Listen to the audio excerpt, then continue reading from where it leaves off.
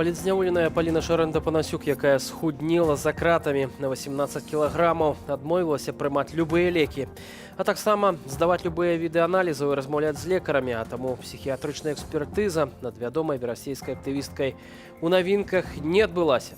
У выніку Шарэнду-Панасюк тэрмінова спецыяльным этапам адправілі ў Сізана-Валадарскага. І чакае новы суд па новай крымінальнай справе. Віталь Бабін і аб'ектыў у эфіры. Добрый вечар, вашай увазе асноўныя навіны гэтага чацвярга па-беларуску і без цэнзуры. Пахавалі побач з продкамі. У Бабры развіталіся з закатаваным у турме мастаком Алесем Пушкіным. Нязломны змагар, нязломны і нязломлены. Яны яго не смаглі зламаць, яны яго проста забілі.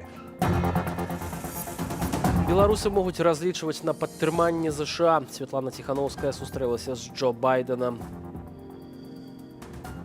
Байден дае такім чынам знак. Гэта і знак ягонай уласнай адміністрацыі, што трэба болей увагі надаваць беларускаму пытанню. З'ездзіў у ДНР і папазіраваў там з сімвалам Z. Чым інтарэсам служыць генеральны сакратар беларускага чырвонага крыжа. Ён менавіта прадстаўляе наратывы дзяржаўнай, двукосі, я кажу, лукашэнкаўскай палітыкі, у тым ліку ў рэчы звязаным з здзяйсненнем ваенных злачынстваў. У Бабры на могілках побач з 5 пакаленнямі продкаў пахавалі мастака Алеся Пушкіна. У ноч на 11 ліпеня пры нявысветленых абставінах ён памёр у рэанімацыі хуткай дапамогі, куды яго прывезлі з гарадзенскай турмы. Беларусы страцілі выбітнага мастака, рэстаўратара, перформера, арт-куратара, таксама нязломнага барацьбіта за беларушчыну і фактычна пачынальніка шырокага святкавання Дня волі. Пасмяротна ад імя беларускага народу аб'яднаны пераходны кабінет Беларусі уганараваў Алеся Пушкіна медалём «Гонар і годнасць». Змагацца, так? Крэатыўна, нешта там рабіць, якія-небудзь праекты там.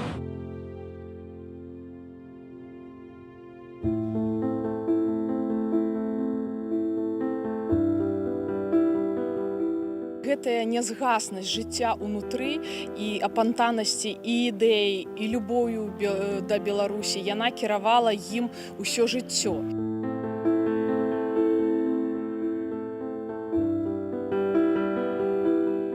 Я студэнтам, калі ўжо прыйшоў з войска, перастаў усяго баяцца. Это кагебістаў, аб'яўлена была перабудова, весна вольнасць кахання.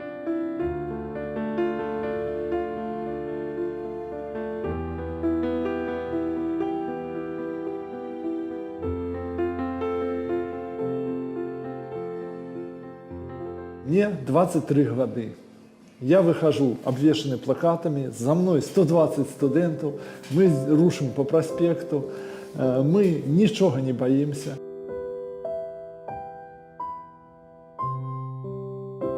Образ шукаю, образ. Хотелось спочатку, конечно, мне было нечто было радикальное робить. И потом я уже дошел до думки, вот это вот зробить вуду, это его атрибуты улады, усадить вилы, это. Теперь вот такую толстейшую. Толстейшую.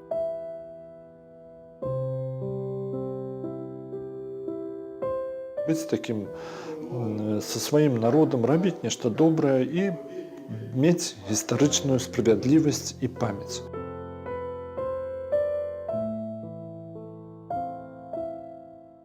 Тое, што Алесь Пушкін мастак, тое, што он беларус, было абсалютна непрыемлема для той банды, якая, на вялікі жаль, сёння кіруе нашай краінай.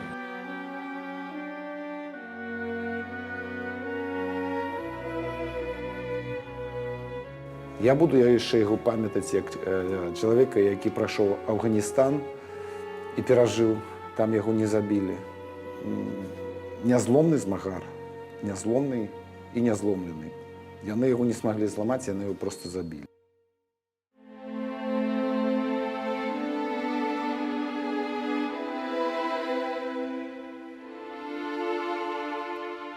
Алесь Пушкін, мястэчка Бобр, правінцыяльны мастачок.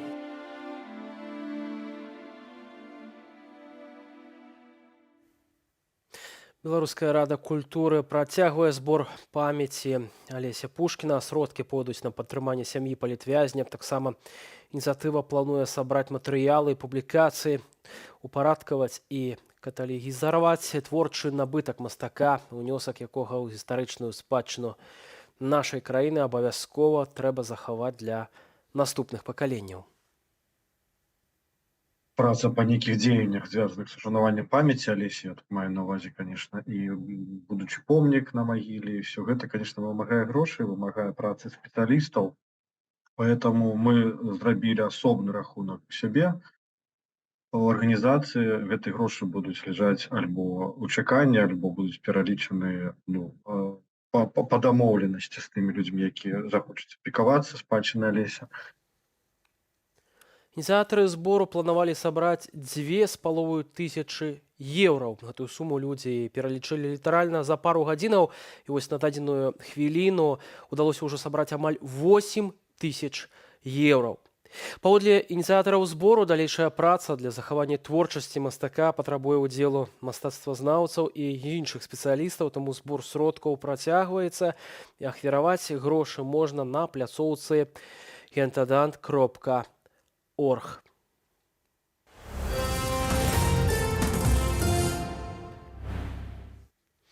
Беларускі чырвоны крыж чарговы раз парушыў свае асноўныя прынцыпы незалежнасць і нейтральнасць. Генеральны сакратар таварыства Дмітрый Шаўцоў паехаў у акупаваныя лісічанскі Марыуполь, начапіўшы на сябе сімвал расійскай агрэсіі. Зрэшты, гэта не першы раз, калі беларускі чырвоны крыж апынаецца ў цэнтры медыйнага скандалу.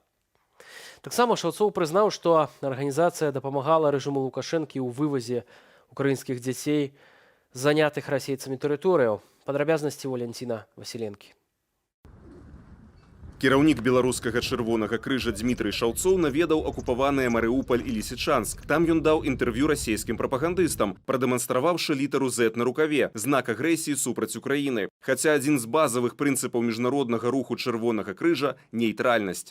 Нейтральность как принцип устанавливает запрет на предпочтение одной из сторон во время военных действий. Очевидно, что более ранние высказывания данного лица, а также один из символов российской агрессии против Украины на рукаве господина Швецова свидетельствует о грубом нарушении данного принципа. Тлумачыць юрыст-міжнароднік, знаёмы з дзейнасцю беларускага чырвонага крыжа. Прадстаўнікі таварыства і раней рабілі сумнеўныя згледзяшчы нейтральнасці заявы. Гэта кіраўніца Гомельскай абласной арганізацыі і адначасова дэпутатка Савету Рэспублікі Алла Смаляк публічна выступала з ваяўнічай рыторыкай. И сегодня, конечно, никакой агрессор, зная, что у нас ядерное оружие, не смеет на нас напасть. Не смеет. Даже подумать не смеет.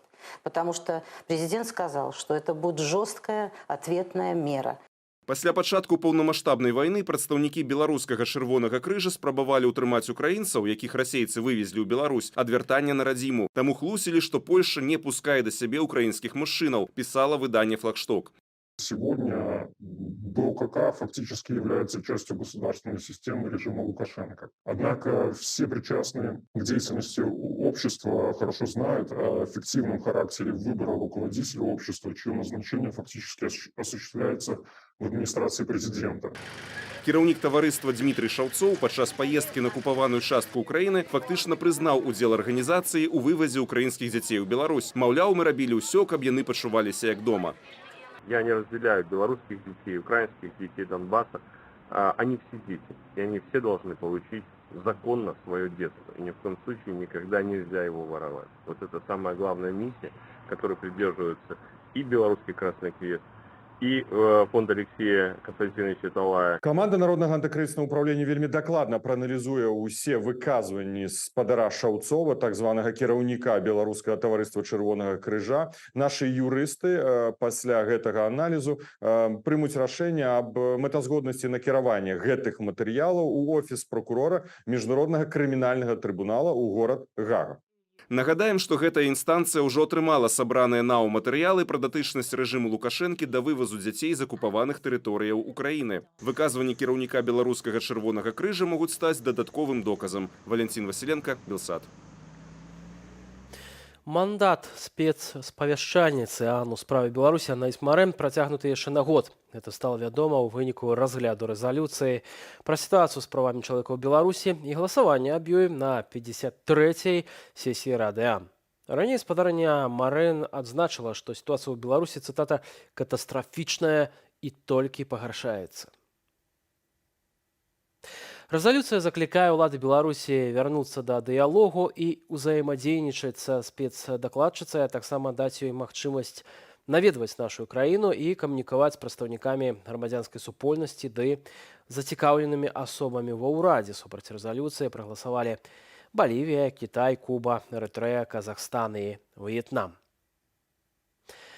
Людзі ў Беларусі працягваюць змагацца за сваю свабоду. Прэзідэнт США Джо Байден згадаў нашу краіну падчас прамовы ў Вільні і сустрэўся са Святланай Ціханаўскай. Дэталі перамоваў не раскрываюць, аднак палітычныя эксперты сцвярджаюць, сам факт такога спаткання паказвае павагу Злучаных Штатаў да Беларусі і ўзровень працы каманды Святланы Ціханаўскай. Тэму працягне Вітаў Сіўчык. Нечакана і неспадзявана. Прэзідэнт ЗША Джо Байден сустрэўся са Святланай Ціханаўскай напрыканцы віленскага саміту НАТО. Вельмі ўдзячная прэзідэнту за гэтую сустрэчу. Я данесла яму нашу пазіцыю, распавяла, што беларусы працягваюць змагацца за вызваленне сваёй краіны. Я радая, што ў нас атрымліваецца непублічна пагаварыць пра тое, што нам сапраўды важна. Беларусы могуць разлічваць на падтрымку ЗША. Больш дэталяў у офісе Ціханаўскай згодна з дыпламатычным пратаколам не раскрываюць. Яшчэ раней прэзідэнт ЗША Джо Байден, выступаючы ў Віленскім універсітэце, згадаў Беларусь.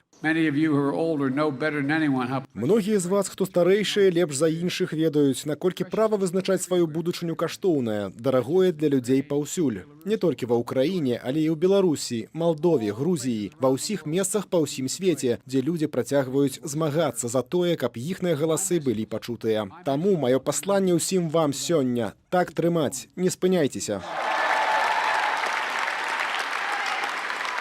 Увага амерыканскага прэзідэнта падкрэслівае суб'ектнасць беларускага народу, мяркуе палітычны аналітык Александр Класкоўскі. Гэта знак палітыкам іншых краін, краін еўразвязу ў прыватнасці, што не варта беларускае пытанне ўсё ж такі запіхваць некуды ў цень вось гэтага рускага пытання. Таму што ад таго, наколькі будуць шансы на дэмакратызацыю Беларусі, будзе залежыць і бяспека ў рэгіёне. Напярэдадні Святлана Ціханаўская сустракалася з прэзідэнтам Літоўскай рэспублікі Гітанасам Наўседам ды іншымі знакавымі літоўскімі палітыкамі, а таксама з камандуючым войскамі ЗША і НАТО ў Еўропе Крыстаферам Каволі. Франак Вячорка распавёў, пра што абраная прэзідэнтка гаварыла з амерыканскім генералам. Вызваленне Беларусі з-пад расійскай прысутнасці дапаможа Украіне перамагчы.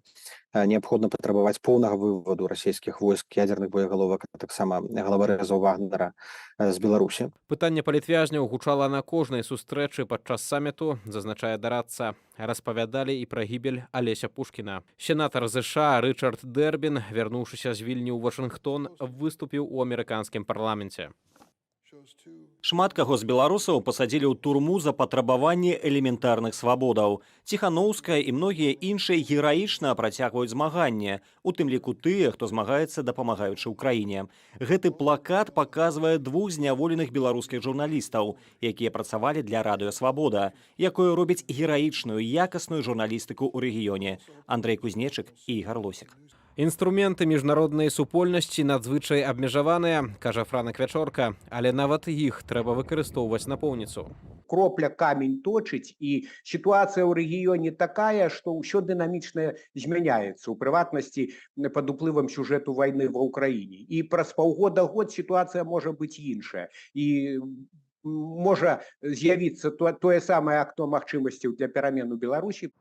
Апроч пазіцыі захаду застаецца адкрытым пытанне рашучасці самых грамадзянаў Беларусі, зазначае прафесарка з ЗША Паліна Прысмакова. Вяртаемся зноў да беларускага народу, на што ён разлічвае, што ён хоча, бо так званы нейтралітэт, калі Швецыя не можа быць нейтральнай, то як Беларусь, маўляў, можа казаць моя хата з краю, калі мы фізычна знаходзімся ў самым цэнтры.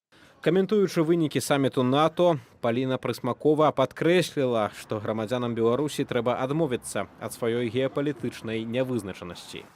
Вітаўт Сіўчык, Белсат. Беларуская аналітычная майстэрня апублікавала вынікі сацыялагічных даследаванняў грамадскай думкі ў Беларусі. Тэлефоннае апытанне праходзіла з сакавіка да чэрвеня. Сацыёлагі заявілі, што атрыманыя звесткі рэпрэзентацыйныя і ўлічваюць таксама вясковае насельніцтва. Сярод пытанняў стаўленне да ўводу ўзброеных сілаў Беларусі на тэрыторыю Украіны. Паводле сацыёлага Андрэя Вардамацкага, беларусы адказваюць на гэтае пытанне однозначно.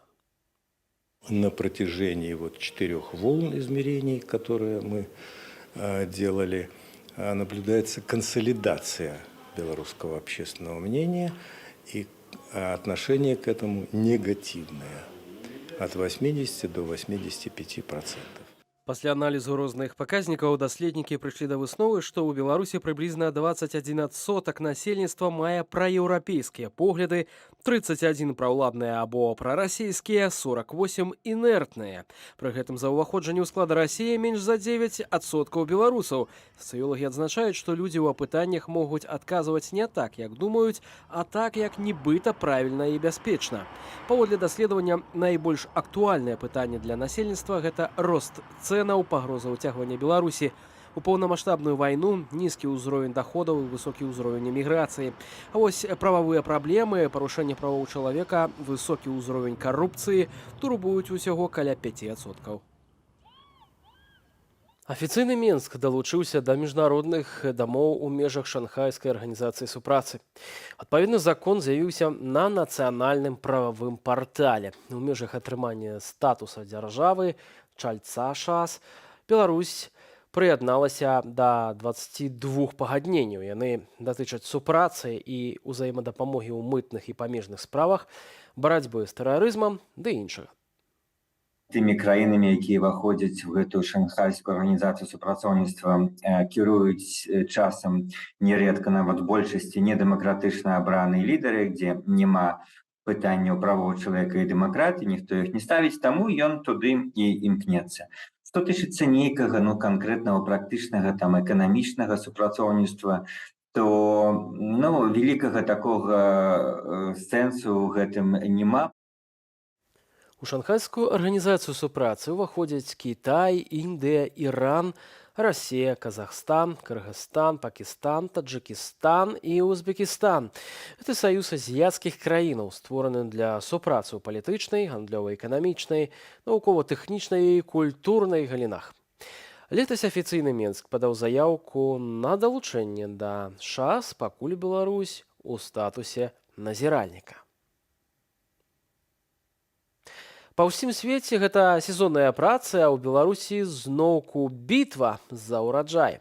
І зноўку ў дапамогу камбайнёрам кінулі людзей у пагонах. Ратаўнікі праводзяць інспекцыю тэхнікі, міліцыянты лезуць у паліўныя бакі прыватных аўтамабіляў, а пракуроры заводзяць усё новыя крымінальныя справы. Пры гэтым аграрны сектар у Беларусі у лідарах сярод карупцыі. Чаму? Высвятляў Ярослаў Сцешык. Калі вы на прыватным аўтамабілі праехалі па беларускай вёсцы побач з мехдваром ці зернесховішчам, будзьце гатовыя да міліцыянтаў са шпрыцамі. Інспектары ДАІ праводзяць рэйды на вёсцы, глядзяць, у каго ў баку фарбаваная салярка для трактараў. А ўсё таму, што трактары і камбайны належаць дзяржаўным прадпрыемствам. Сам все частники воровать не будут. Есть много фермерских хозяйств, которые просто контролируют это на другом уровне, и работникам невыгодно воровать. Проста цяпер па ўсёй Беларусі ідуць пракурорскія праверкі ў аграрным сектары. Саджаюць і дырэктараў саўгасаў, і чыноўнікаў з выканкамаў. Гэтак у Полацкім раёне адразу 3 дэпутатаў сельсаветаў прыцягнулі да крымінальнай адказнасці. Сярод галінаў, якія найбольш закранае карупцыя, варта вылучыць сельскую гаспадарку. Мы заўважна актывізавалі працу ў АПК на даручэнне кіраўніка дзяржавы. Толькі за студзень-травень 2023 года у аграрнай галіне выяўлена 160 карупцыйных злачынстваў, што ў разы больш, чым за аналагічны перыяд летась.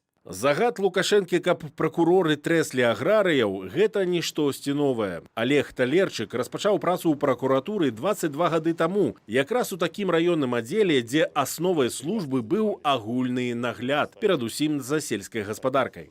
Сколькі скралі, колькі кароў памерла, колькі телятаў памерла, там, колькі божа давезлі, не давезлі. І вось заўсёды мы, прокуроры, з гэтага жартавалі, заўсёды смяяліся, што круцім хвасты каровам. Калі чыноўніка паставіць на працэсы, звязаныя з рынкавымі коштамі, то заўжды будзе карупцыя, тлумачаць эксперты. А ў Беларусі сельская гаспадарка ў большасці належыць дзяржаве і мае вялізную долю стратных прадпрыемстваў. Если взять наших соседей с Запада, Польша, Литва, ну вообще всю Европу западную, сельское хозяйство частное, и частник не будет брать взятку для того, чтобы закупить что-то или продать что-то. У нас, к сожалению, экономика регулируемая. Бо ёсць адзін чалавек, які фермерам на месцы камандуе, як сеяць, як даіць і як курэй карміць. Что это рапс, рапсовое масло, а отходы от рапсового масла, жмых. Вот берут сухое молоко, оно ж порошок, и они прессуют в конфетный вид. Вот надо у нас это делать. У такой сістэме быць старшынём калгасу ці дырэктарам АПК непрэстыжна і небяспечна. За волокиту ответите. Працуеш на акладзе, мусіш выконваць план з гары, але адказваеш за кожнага скотніка і за кожную карову. Зачем вы меня сюда привезли? Чтобы я сейчас службе безопасности поручил одеть вам наручники во главе с ним. Закон выгнали не тот, который надо, не почистили вовремя. Да, руководитель не смог организовать. А как он организует, если его по 5 раз на день на совещание в райисполком вызывает? Иногда даже доходит до того, что руководитель просто в колхозах не бывает, а больше проводит время на совещаниях. Аснова цяперашняга валу праверак і крымінальных справаў у аграрным сектары Беларусі гэта дробныя крадзяжы, мор скаціны або пастаўкі чагосьці праз фірму-пракладку. Але найбольш грошай крадуць праз буйныя дзяржаўныя праграмы падтрымкі, праз канцэрны кшталту Белдзяржхаршпраму, кажа Олег Талерчык. Потым да гэтых людзей прымяняюць статью 88 прым, і Лукашенко іх мілуе. Яны не прыцягваюцца да крымінальнай адказнасці. Што да дробных аграрных прадпрыемстваў, там цяпер дэфіцыт кіраўнікоў і іх намеснікаў. Па ўсёй Беларусі адкрытыя дзясяткі вакансіяў. Так што, хто хоча стаць дырэктарам Саўгасу? Ярослаў Сцешык, Белсат. Якую практычную дапамогу атрымаюць беларусы па выніках сустрэчы Святланы Ціханаўскай з прэзідэнтам США? Што Джо Байден думае пра Беларусь і што Злучаныя Штаты могуць зрабіць, каб спыніць людажэрны рэжым Лукашэнкі ў далейшых забойствах палітычных зняволеных? Не пераключайцеся, бо адказы на гэтыя пытанні паспрабуем даць ужо неўзабаве ў студыі Белсат. У аб'ектыве ж ставім кропку да сустрэчы праз імгненне.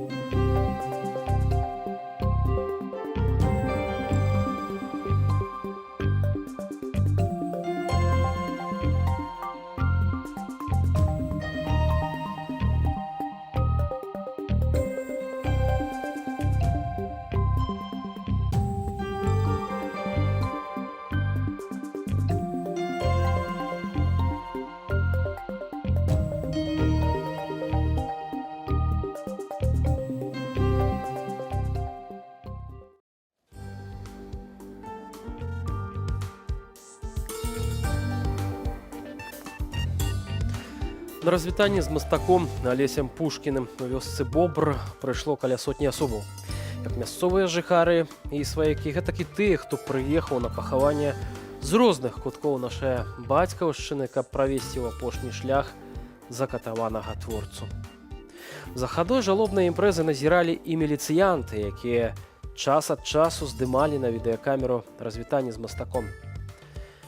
Вітаю гаспадарства, гэта студыя Белсат, Віталь Бабін. Цягам наступных 30 хвілінаў будзем узгадваць церад іншага не толькі асобу Алеся Пушкіна, але і ягоную спадчыну, якую ён пакінуў нам і сваёй радзіме Беларусі.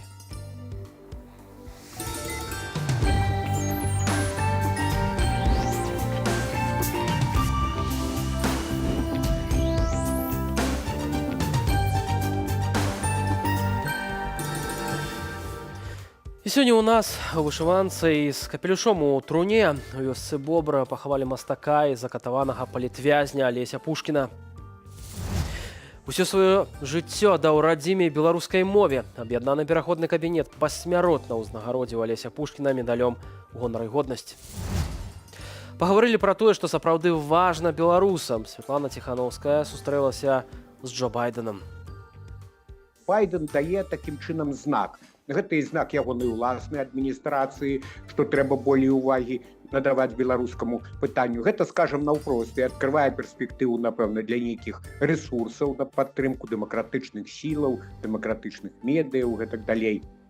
Ну і гэта знак палітыкам іншых краін, краін еўразвязу ў прыватнасці, што не варта беларускае пытанне ўсё ж такі запіхваць некуды ў цень вось гэтага рускага пытання. Алеся Пушкіна пахавалі ў роднай вёсцы Бобра. Развітацца з памерлым у няволі мастаком сабраліся каля 100 асобаў. Гэта і мясцовыя жыхары, якія з маленства добра ведалі Пушкіна, і беларусы, што прыехалі сказаць мастаку апошні абывай з розных кутоў краіны. У свой апошні шлях Алесь Пушкін пайшоў у беларускай вышыванцы, побач паклалі ягоны любімы капелюш. Развітанне праходзіла ў двары хаты мастака, пасля труну з целам Алеся Пушкіна на руках данеслі ў мясцовую царкву.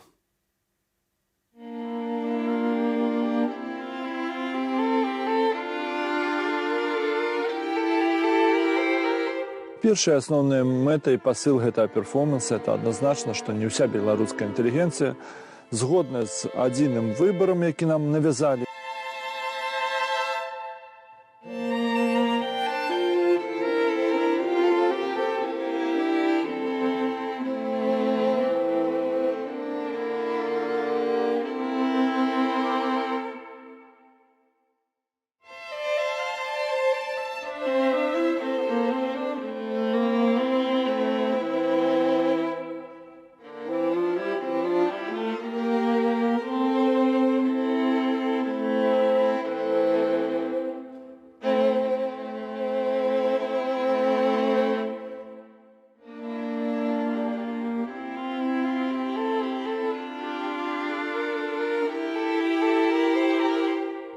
Мастацтвам хочется сцвердзіць, што Беларуская Народная Рэспубліка не мёртвая.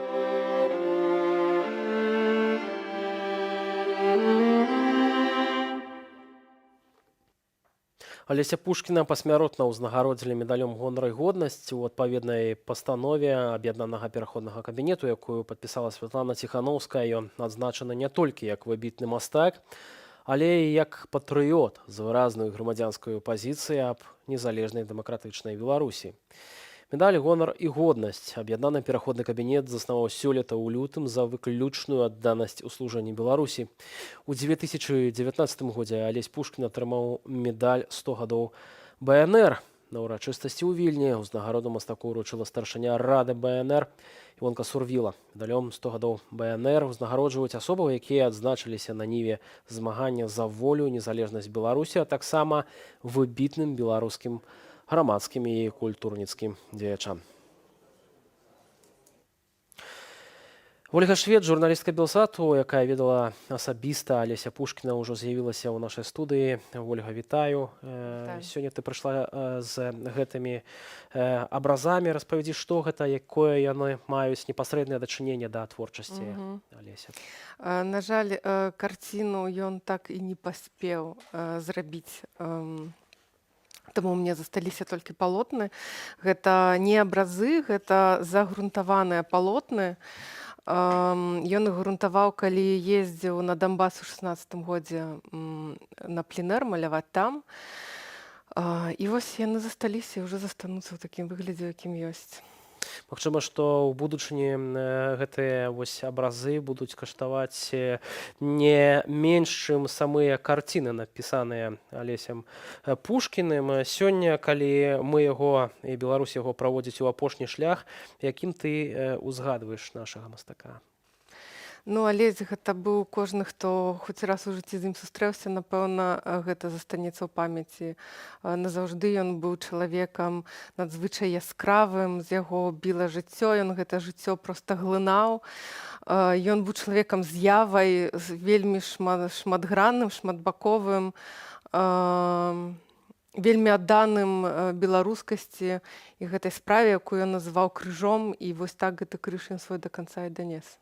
Спадарства, я нагадаю, што ў сеціве зараз ідзе збор памяці палітзняволенага мастака. Гэта дапамога для сям'і памерлага, ушанавання памяці і упарадкавання творчага набытку ягонага. Далучыцца можна па QR-коду, які бачны цяпер на вашых экранах і маніторах.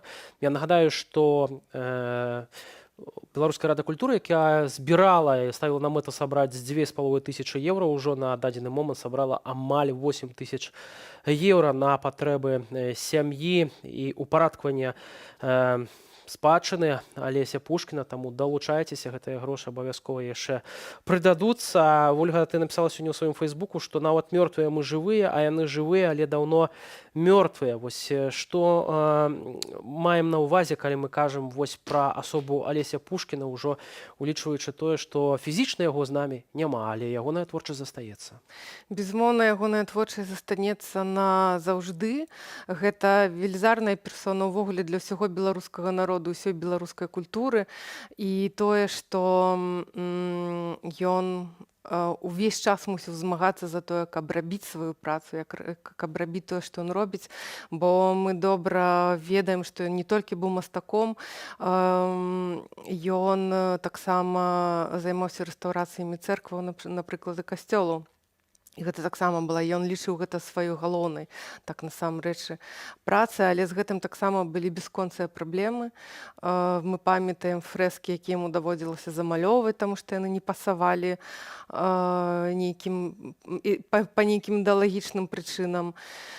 І ўсё яго жыццё было такім змаганнем. Алесь, напрыклад, на 25 сакавіка кожны год выносіў вялікае палатно, і ён маляваў яго цягам, бадай што, больш чым 20 гадоў. Кожны год, раз на год, ён яго вывозіў на 25 сакавіка і пісаў.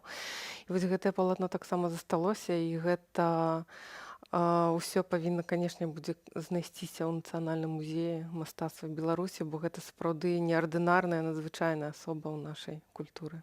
Сённяшнія ўлады, дакладней тыя людзі, якія кіруюць Беларусю, не толькі не паважалі творчасць уласна самога Алеся Пушкіна, не паважалі ягоную асобу, яны здзекваліся з яго, яны не аказвалі яму медычнай дапамогі, калі ён знаходзіўся у такой складанай сітуацыі. І самае галоўнае, што за 2 тыдні да ягонай смерці яго выключылі з Беларускага саюзу мастакоў. Ольга, пра што гэта кажа, на твой погляд, вось наколькі глыбокі цынізм уладаў Беларусі і ягоных калегаў, у тым ліку па ягонаму мастацтву? Тут як бы ўсё відавочна, безумоўна, у Беларусі акупацыйная ўлада, якая абсалютна робіць усё, каб знішчыць беларускую культуру, і гэта робіцца на ўсіх узроўнях. І Алесь, напрыклад, апроч сваёй мастацкай творчасці, ён таксама змагаўся за беларускую культуру нават узроўні на ўзроўні таго, што ён вельмі доўга змагаўся за тое, каб ягоныя дзеці маглі вучыцца па-беларуску ў школе. І гэта была таксама велізарная праблема. Калі мы ўжо закранулі тэму мовы, таксама ёсць сведчанне, што у палітвязняў, якія размаўляюць на беларускай мове, у них ёсць дадатковыя санкцыі, дадатковая праблема ў турме.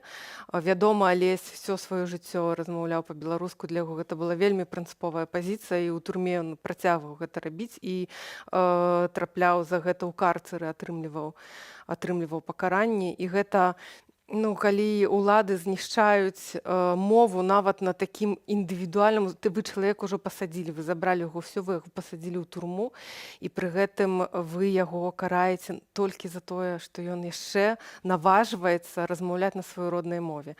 Гэта ганебна, гэта проста акупацыйная ўлада, больш нічога тут нельга дадаць. Вось гэтыя дні, як мы даведаліся, што Алеся Пушкіна больш з намі няма, што ён забіты ўласна ў гэтай гарадзінскай турме быў. Шмат хто выказваецца і кажа пра тое, што сапраўды Алесь Пушкін быў выбітнай моцнай асобай. І вось свае ўспаміны пра Алеся Пушкіна таксама нашаму тэлеканалу павёў музыка Піт Паўлаў. Давайте паслухаем, наколькі ягонае сяброўства было сімвалічным у тым ліку з Алесем Пушкіним. Тыя, хто ведаў Алеся, яны будуць бачыць перад сабой вось гэтага чалавека моцнага, заўсёды з усмешкай, крыху такой дзікаватай. Я буду яшчэ яго памятаць як чалавека, які прайшоў Афганістан і перажыў, там яго не забілі. Нязломны змагар, нязломны і нязломлены. Яны яго не смаглі зламаць, яны яго проста забілі. А мы мусім змагацца далей, мы не мусім складаць крылы і не мусім складаць рукі. Зараз у нас ёсць агульная мэта, мы мусім аб'яднаць нашы высілкі і абавязкова перамагчы, вярнуць сабе сваю краіну і там і ў Бабры, і ў Менску усталяваць помнік вялікаму беларускаму мастаку Алесю Пушкіну. А пакуль можна дапамагаць сям'і мастака, QR-код збору дапамогі сям'і Алеся Пушкіна вы можаце мець вось зараз на сваіх экранах і маніторах. У мяне наступнае пытанне вось да Ольгі Швед, якая асабіста ведала Алеся Пушкіна. Смерць мастака ў турме, ці гэта не сімвал сённяшняй Беларусі? Ой, на жаль, такія сімвалы у нас.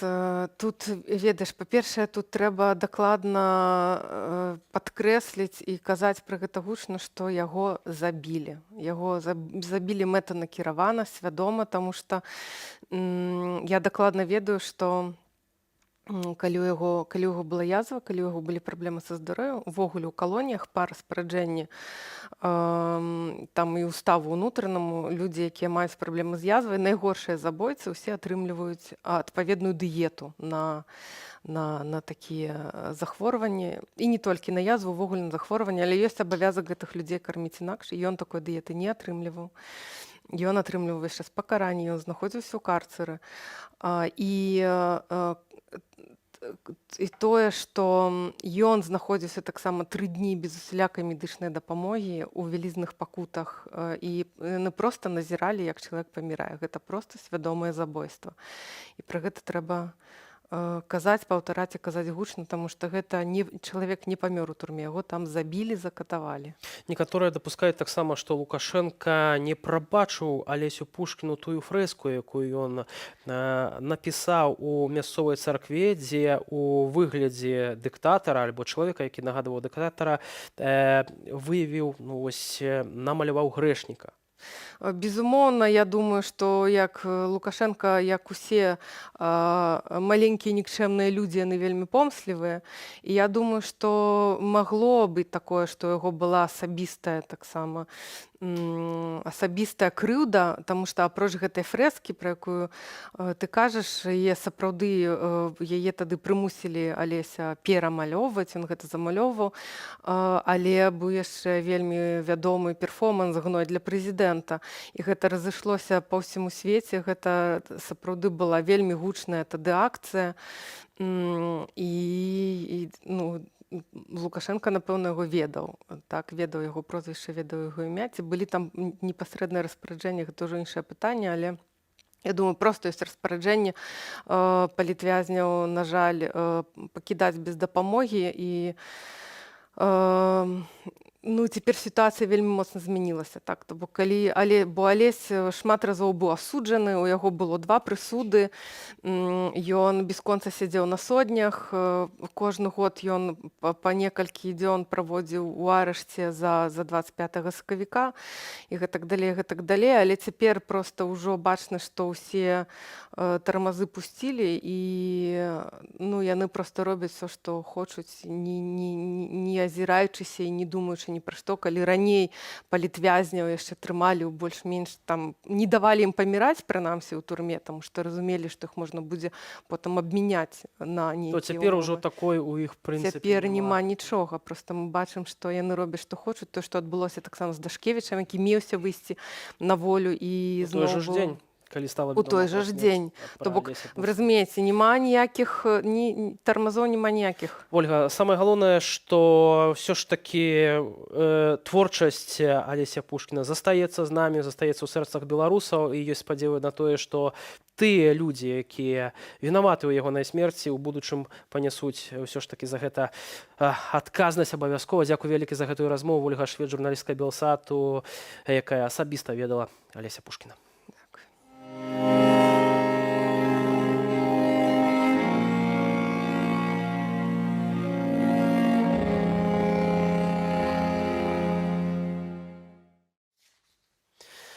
Працяг тэмы палітычных вязняў у Беларусі 37гадовага таксоўца з Беларасця Цімура Рызапура падстрэлілі гумовымі кулямі ўвечары 10 жніўня 2020 года, калі ён вяртаўся дадому з працы ў канцы верасня, быццам за ўдзел у масавых беспарадках яго затрымалі ды змясцілі ў СІЗА нумар 7.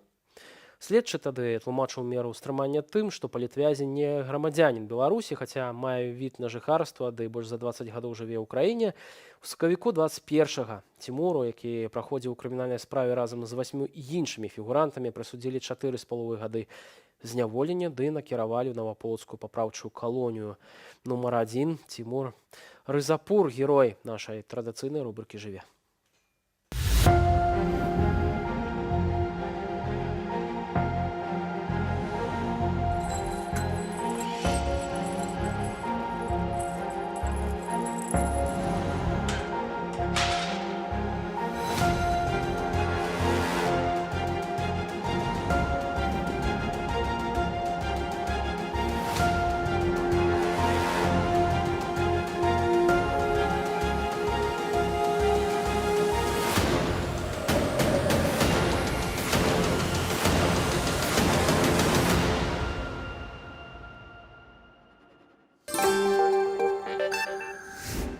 Да іншых тэмаў у студыі Белсат Святлана Ціханаўская сустрэлася з прэзідэнтам ЗША Джо Байденам адразу пасля ягонага выступу ў Віленскім універсітэце. Яна адзіная з усіх гасцей атрымала асабістае запрашэнне ад амерыканскага лідара. Да таго ж у сваёй прамове Джо Байден узгадаў Беларусь ды заклікаў беларусаў працягваць змагацца за сваю свабоду. Многія з вас, хто старэйшыя, лепш за іншых ведаюць, наколькі права вызначаць сваю будучыню каштоўнае, дарагое для людзей паўсюль. Не толькі ва ўкраіне, але і ў Беларусі, Малдове, Грузіі, ва ўсіх месцах па ўсім свеце, дзе людзі працягваюць змагацца за тое, каб іхныя галасы былі пачутыя. Таму маё пасланне ўсім вам сёння: так трымаць, не спыняйцеся. Святлана Ціханаўская данесла Джо Байдену пазіцыю беларускіх дэмакратычных сілаў ды распавяла, як беларусы працягваюць змагацца за вызваленне сваёй краіны, і ў гэтым яны могуць разлічваць на падтрыманне Злучаных Штатаў Амерыкі.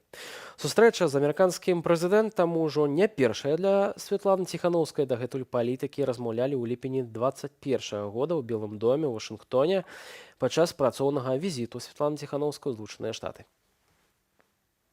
Галоўны дарадца Святланы Ціханаўскай Франак Вячорка з намі на сувязі. Франак, вітаю. Добрый день. Перадусім хацелася б падкрэсліць, што ўсё ж такі гэтая сустрэча была кароткай, аднак важнай. Чаму? Гэта была апошняя сустрэча прэзідэнта Байдена перад яго вылетам у Фінляндыю. Гэтым знакам ён скончыў свой удзел у саміце НАТО.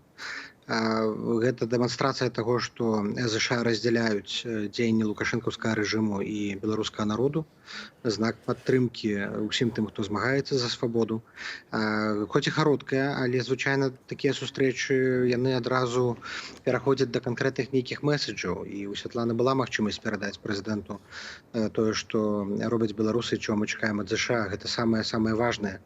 Зараз гэты месседж пасланы, я думаю, што яго павінны пачуць у першую чаргу беларусы, але гэта таксама месседж лідарам іншых дзяржаваў і еўрапейскага звязу і ўсёй сістэме Злучаных Штатаў Амерыкі, што палітыка ў дачыненні да Беларусі не мяняецца. Працяг падтрымкі беларускай дэмакратыі пэўны. Ці можна цяпер акрэсліць больш падрабязней, які гэта менавіта месседж да Джо Байдена быў скіраваны? У чым заключаецца уласна галоўная думка? Дэталі сустрэчы мы дамовіліся не агучваць. Звычайна гэта ўсё узгадняецца з пратаколам прэзідэнта, як і мінулы раз. Это ўсё вельмі старанна правяраецца, узгадняецца, сінхранізуецца. Святлана перадала тое, што беларусы працягваюць сваё змаганне, тое, што разлічваюць на падтрымку, тое, што Расія нясе пагрозу, тое, што трэба раздзяляць беларусаў і рэжым. Таксама гэтыя тэмы гучалі падчас сустрэчаў з сенатарамі амерыканскімі, а таксама падчас сустрэчаў з палітыкамі, міністрамі еўрапейскіх краінаў менавіта на палях саміту. І надзвычай важнае мерапрыемства было ў другі дзень саміту. Это сайд-івент па ядзернай зброі, які мы арганізоўвалі.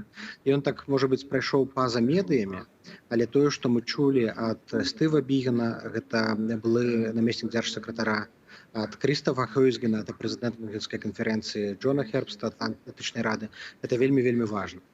І пра ролю Беларусі, і пра рэакцыю Захаду на ядзерную зброю, пра тое, які можа быць ваенны адказ на выкарыстанне ядзернай зброі.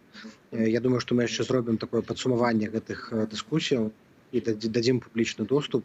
У любым разе, тое, што тэма Беларусі заіснавала ў гэтыя 2 дні, гэта вельмі вялікі поспех.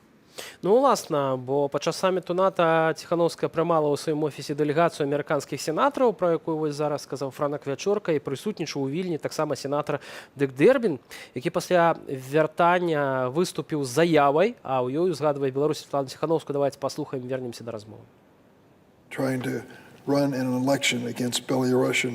Ейны муж Сергей быў кінуты за краты за спробу супрацьстаяць на выбарах Александру Лукашэнку, апошняму дыктатару Еўропы. Яна пайшла на выбары і хутчэй за ўсё перамагла, але Лукашэнка не падпарадкаваўся вынікам галасавання, і яна мусіла з'ехаць у суседнюю Літву. А Беларусь стала марыянетачнай дзяржавай Пуціна і дазволіла Расіі размесціць на сваёй тэрыторыі ядравую зброю. Шмат каго з беларусаў пасадзілі ў турму за патрабаванне элементарных свабодаў. Ціханаўская і многія іншыя гераічна працягваюць змаганне, у тым ліку тыя, хто змагаецца, дапамагаючы ўкраіне. Гэты плакат паказвае 2 зняволеных беларускіх журналістаў, якія працавалі для радыё «Свабода», якое робіць гераічную, якасную журналістыку ў рэгіёне. Андрэй Кузнечык і Ігар Лосік. Яны ў лукашэнкаўскай турме за тое, што журналісты. Яны і ўсе палітычныя зняволеныя мусяць быць вызваленыя тэрмінова. Я таксама спадзяюся, што адміністрацыя хутка аб'явіць аб новым адмысловым пасланніку ў Беларусі. А я буду працаваць з маімі калегамі з Сенату над абнаўленнем і ўзмацненнем акту аб дэмакратыі ў Беларусі.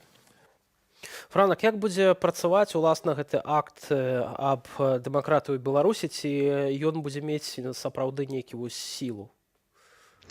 Вось вы пабачылі на відэа, гэта практычны вынік той сустрэчы, таму што менавіта пра абнаўленне акту дэмакратыі, аб спецпасланніку, аб падтрымцы палітвязняў на гэтай сустрэчы Ціханаўская і гаварыла. Акт аб дэмакратыі 20 год таму назад быў напісаны ўпершыню, потым абнаўляўся шмат разоў.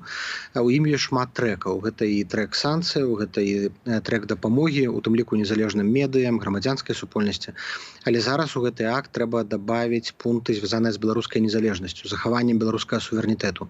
Нельга дазволіць ператварыць Беларусь у расійскую калонію.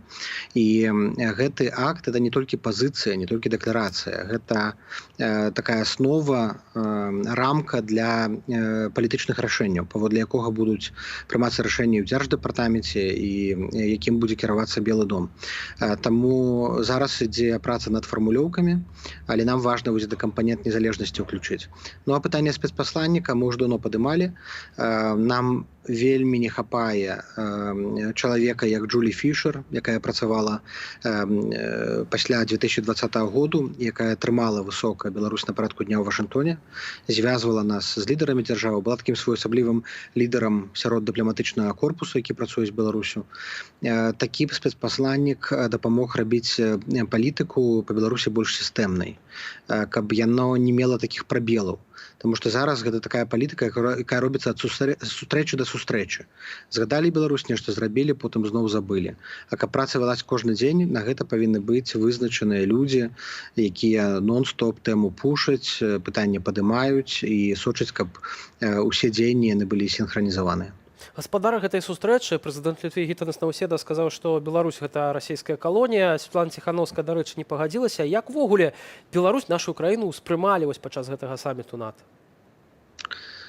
Вельмі такое супярэчлівае стаўленне, таму што адныя палітыкі казалі, што Беларусь гэта тыя, хто змагаюцца за свабоду, і гаварылі пра Беларусь менавіта Беларусь Ціханаўскай, умоўна кажучы, давайте так назовем, Беларусь еўрапейскую, свабодалюбівую. А некаторыя ўжывалі слова Беларусь, калі казалі пра Лукашэнку. І ў гэтым ёсць праблема мовы, якую ўжываюць. Мы змагаемся за тое, каб ніколі не казалі пра Беларусь, калі гавораць пра Лукашэнку. Лукашэнка рэжым, злачынны рэжым, марыянеткавы рэжым Пуціна. А Беларусь гэта тыя, хто выходзілі ў 2020 годзе, хто сядзяць у турмах, хто змагаюцца за свабоду. Калі Беларусю будуць называць і тое, што робіць Ціханаўская, тое, што робіць Лукашэнка, будзе каша ў галаве. І мы ўжо гэта назіраем. І вот на саміце гэта было абсалютна відавочна. І таму ў выніковым камюніке ўжываецца слова Беларусь менавіта ў кантэксце агрэсіўных дзеянняў Крамля і Лукашэнкі. Нам удалося трошкі скарэктаваць гэтае стаўленне, але пераламіць агульны тренд, такі накіраваны на тое, што Беларусь это ўжо як бы страчаны кейс, вельмі складана. Наперадзе яшчэ шмат працы. Наперадзе Генасамблея ААН, і там будзе таксама вялікая вайна менавіта за ўспрыманне Беларусі. Што ж, зычым вам поспехаў. Дзякуй вялікі за размову. Франак Вячорка, галоўны дарадца Светлана Ціханаўская быў з намі на відэасувязі.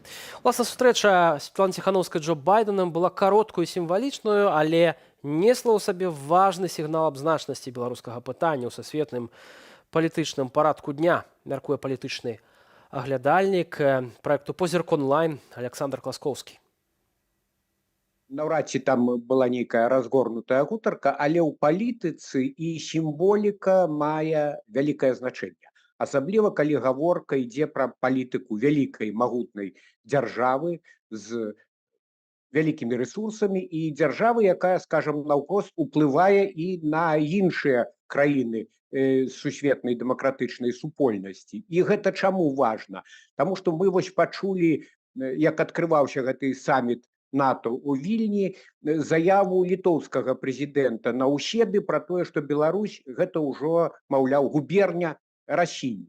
І вось у такім падыходзе, у спрошчаным падыходзе, калі па сутнасці беларусам адмаўляюць у суб'ектнасці, ёсць вялікая рызыка, што нашу краіну аддадуць проста на з'яданне імперыі, што беларускае пытанне увогуле не будзе на даляглядзе на радарах заходніх палітыкаў, вось яны засяроджаны цяпер на гэтым супрацьстаянні Украіны і Расіі, яны думаюць, як гэтага крамлёўскага монстра утаймаваць. Ну а Беларусь, калі гэта правінцыя, дык што тут ламаць галаву над нейкай асобнай палітыкай у беларускім пытанні, цаскацца з гэтымі дэмакратычнымі сіламі, таму гэта вельмі небяспечны падыход, і ў гэтым плане вельмі добра, што Байден дае такім чынам знак. Гэта і знак ягонай уласнай адміністрацыі, што трэба болей увагі надаваць беларускаму пытанню. Ну і гэта знак палітыкам іншых краін еўразвязу ў прыватнасці, што не варта беларускае